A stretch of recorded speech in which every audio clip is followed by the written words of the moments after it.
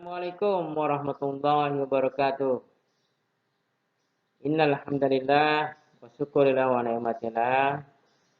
La haula wala quwata illa billah. Selamat pagi anak-anak. Mudah-mudahan kita selalu diberikan kesehatan oleh Allah Subhanahu wa taala. Pada kali ini kita masih bisa berjumpa dan bertatap muka dalam mata pelajaran Al-Quran Hadis yang membahas kali ini, kita bahas itu kali ini tentang materi Al-Quran adalah wahyu Allah. Mudah-mudahan nanti menjadi sebuah pengetahuan untuk kita semua. Kita dengarkan. Al-Quran adalah kitab suci terakhir yang diturunkan oleh Allah Subhanahu wa taala kepada Nabi Muhammad SAW. Kepada siapa? Kepada Nabi Muhammad SAW.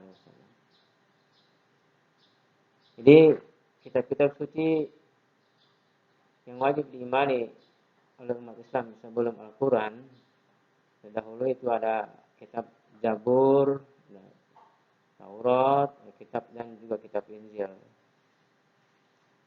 Dan juga Al-Quran adalah sebagai pedoman untuk umat manusia dan juga umat yang beragama agama Islam. Yang kata lain yaitu, kata kerennya yaitu way of life. Al-Quran juga adalah mukjizat terbesar Nabi Muhammad SAW yang berlaku untuk selama-lamanya. Dan beberapa pendapat tentang nama Al-Quran. Secara kebahasan antara lain, Quran adalah bentuk kata benda atau masdar dari kata kerja, yaitu qira'a, yang artinya membaca. Dan juga perubahan-perubahan tasrifnya, yaitu Qur'ana yaqra'u qira'a. Saya ulang ya. Qur'ana yaqra'u qira'a. Lalu Al-Quran selanjutnya digunakan untuk menamai kitab suci yang diturunkan oleh Allah Subhanahu wa taala, dan terdapat dalam Quran surat Al-Qiyamah juga, yaitu yang berbunyi A'udzubillahi minasyaitonir rajim. Bismillahirrahmanirrahim. Inna 'alaina jam'ahu wa qur'anah. Fa idza qara'nahu fattabbih qur'ana. Jadi sesungguhnya kami yang akan mengumpulkan di dadamu dan membacakannya. Apabila kami telah selesai membacakannya, maka itulah bacaan itu. Kata Al-Quran berasal dari kata lafaz, kata Al-Quran berasal dari corona, yaitu artinya menggabungkan. Ya, corona artinya menggabungkan. Kata ini lalu dijadikan sebagai nama kumpulan yang wahyu yang diturunkan kepada Nabi Muhammad SAW. Menurut Al-Fara, yaitu asal kata Al-Quran adalah Qarain, yang jamak dari kata Qaraina, yang berarti petunjuk.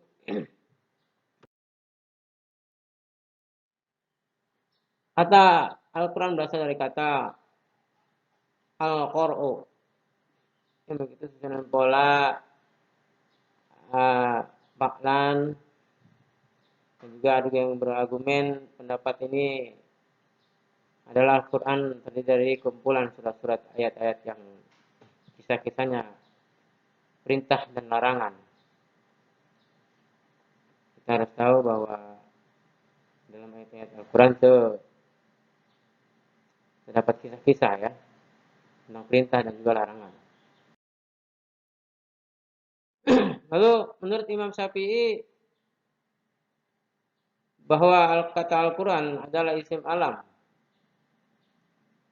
Al-Quran menurut Imam Syafi'i juga berasal dari kata tidak berasal dari kata apapun. Namun sejak awal digunakan sebagai nama kitab suci yang diturunkan oleh Allah Subhanahu wa taala kepada Nabi Muhammad sallallahu alaihi wasallam.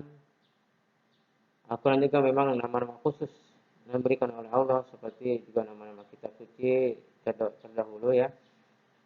Seperti Zabur, Taurat, dan Injil. Saya ulangin ya. Zabur, Taurat, dan Injil. Dan juga dalam kitab Tarik At-Tashri' Al-Islam Syekh Muhammad Khuhdari Baik ya. Al-Quran sebagai berikut yaitu Bismillahirrahmanirrahim. Al-Quran huwal lafaju Ar-Rabi munazzalu ala Muhammad sallallahu alaihi wasallam litadaburi wa tajaquri kulu mutawatir wa huwa bada batain babaduhu bisuratil fatihati wal muhtumu bisuratil nas. Al-Quran ialah firman Allah ya. Al-Quran ialah firman Allah yang berbahasa Arab yang diturunkan kepada Nabi Muhammad SAW untuk dipahami isinya. Ya, sekali lagi untuk dipahami isinya.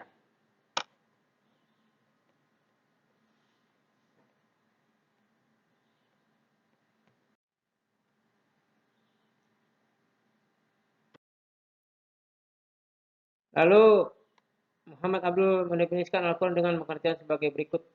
Al-Quran Bismillahirrahmanirrahim.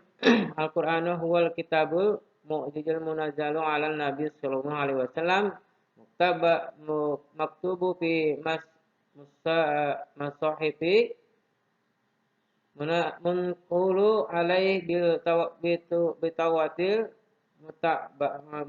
muta'abudu bitilawati. Al-Quran adalah kitab Allah yang mengandung mukjizat yang diturunkan kepada Nabi Muhammad SAW.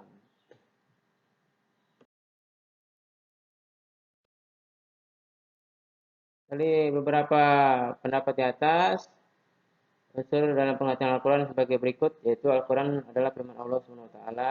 Al-Quran dari lafaz beberapa bahasa Arab, lafaz beberapa berbahasa Arab. Al-Quran diturunkan kepada Nabi Muhammad SAW. Al-Quran merupakan kitab Allah yang mengandung mukjizat Nabi Muhammad SAW yang diturunkan oleh perantara malaikat Jibril.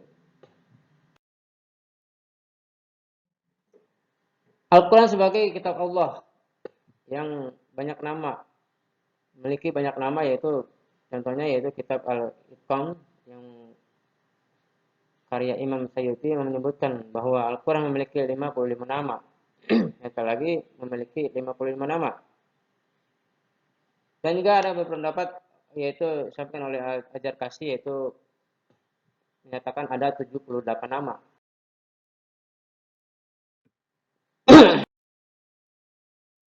Dan juga Al-Quran sering disebutkan sebagai kitab Allah. Ialah kitab suci Allah. Dan dalil penamaan ini diantara lain terdapat pada surat Al-Baqarah ayat 2. A'udzubillahi minasyaitonirrajim. Bismillahirrahmanirrahim. Dzalikal kitabu la raiba fihi hudan lil muttaqin. Kitab Al-Quran ini tidak ada keraguan padanya petunjuk bagi mereka yang bertakwa.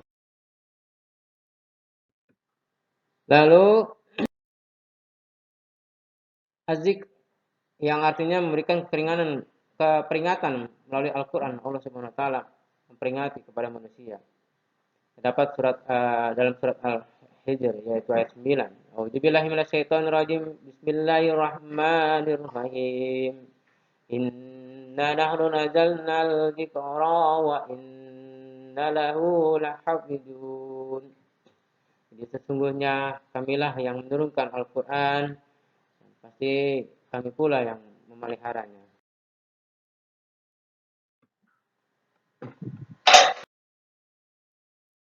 Kan nama-nama lain yang jumlahnya sangat banyak itu lebih merupakan keterangan sifat fungsi atau indikator Al-Quran ya. Fungsi atau indikator Al-Quran adalah sumber pertama ajaran Islam, berkewajiban untuk berpegang teguh pada hukum-hukum yang terdapat di dalam Al-Quran. Terdapat petunjuk, perintah-perintah dan larangan-larangan Allah Subhanahu wa taala. Al-Quran memuat sebagai pedoman dasar bagi kehidupan umat Islam manusia, ya, sebagai pedoman dasar bagi kehidupan umat manusia. Itu yang berkaitan dengan keimanan, akidah, tuntunan ibadah, dan juga yang lain.